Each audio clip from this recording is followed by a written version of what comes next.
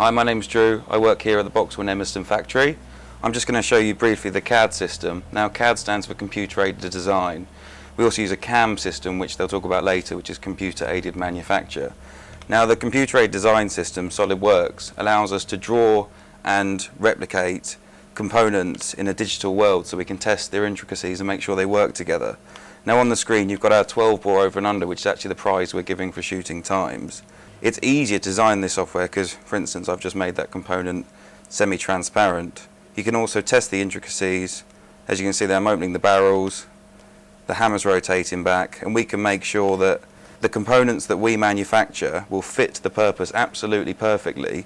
We can test it within a 3D world before ever actually manufacturing anything, and that makes prototyping a far easier process and tweaking far easier. My name's Andrew. I'm the Senior Development Engineer at Boxall Edmiston, and what I'm going to show you basically is SolidCam. SolidCam essentially is the integrated software that we use with SolidWorks. So once we've done the design process, we put it through SolidCam, and that creates the communication between the design, the machines, and then obviously the finished product. In this instance, I'm basically machining a 12 ball over and under 4 end. We can basically get a reasonable simulation of what the machine's going to do. If we're happy with that, we obviously put it through to the machines. All right, excuse the background noise. Obviously, it's working environment. This is one of 4 or 5 sort of large milling machines that we have on the premises. Brother, the one we went for, which were predominantly most of our machines, high precision machines, high repeatability, and nice and accurate. I am over at the wire eroder now. This machine essentially puts tension on brass wire, and electricity is passed through the brass wire, and it burns away a very accurate path. Now, this screen shows exactly what the machine's doing. I'd show you inside, but it's basically just a big tank filled with deionizing fluid, and you can't see anything. But here you can see the machine is working to a tolerance of 1/1000th of a millimeter and is moving around a predefined path that we programmed using the CAM system. What we're actually making right now are 4 cocking limbs that go in the base of the action body. Now, these started out as a piece of steel, piece of round bar that went into the milling machine and then moved on to this machine for the final leg of their production process before coming out like this, ready to go in the gun. Okay, this is the Sodic die sink machine, which we use to create sort of abstract shapes, very hard shapes to create any other process really. So we use 4 electrodes, copper electrodes, which create the shape in our finished part.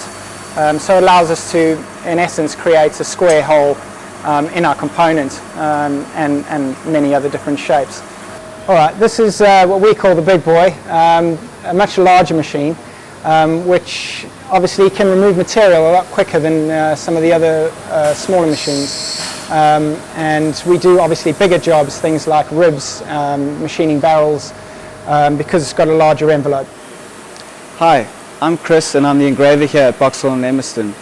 This is our laser engraving machine, and it uses a technology where it shoots 2 high-powered laser beams, and where they intersect it generates immense heat, which would then practically vaporize the steel, which allows us to remove material as a hand engraver would.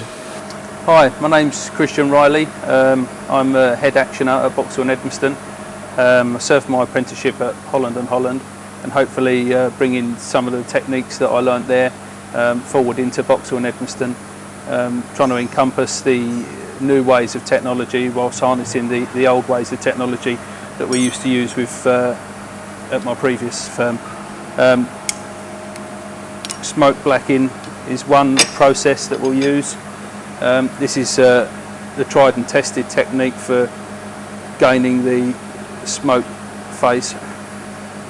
This will obtain a gas-tight seal and show me where the bearings are that I need to remove. Hello, my name's Alan. I've been with Boxall Edmiston now for just over 18 months.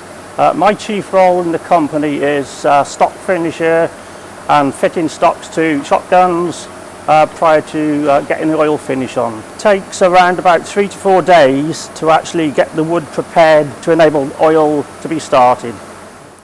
Right, well this is the finishing room, which is where essentially we start off by accepting the actions from engraving, i.e. then deburr them, get them all pretty, polish them up, ready for hardening. We send them off to hardening.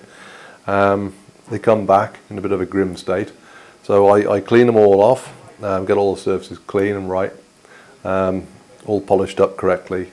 Start to assemble the gun. In the process of doing so, checking up that the trigger workings are okay, the overcock on the hammers is fine, making sure that the jointing is good, because we've got to rejoint the gun to get rid of the final 1/8 hour spring down to 1/4 hour spring, to make sure that we've still got some usability left in the action for future use in time.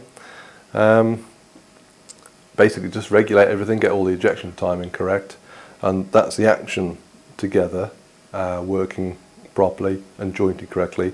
Then thereon after we look at the wood here, which comes to me from Alan out on the shop floor there. He typically puts the first few coats of oil on, seals the grain, gets it to a point which is fairly matte, as I can show you here.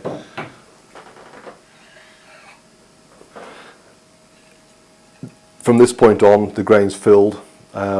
We're ready then to start applying final finish, which is a blend of variety of oils, predominantly linseed based, with hardeners and dryers in them to accelerate the drying time.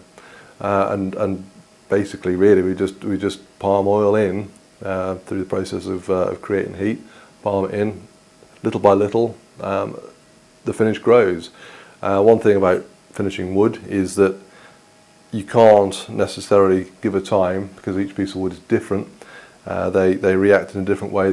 Some are thirsty, some will drink oil for ages, others will take a finish very quickly. So you've got to learn the character of the wood and just work with it until you've achieved your state of finish that you're happy with. Then after that we put it all together, make sure it's all working correctly, shoot and test, and then hopefully the gun has then gained its character. It is what it is, and it's ready for customer.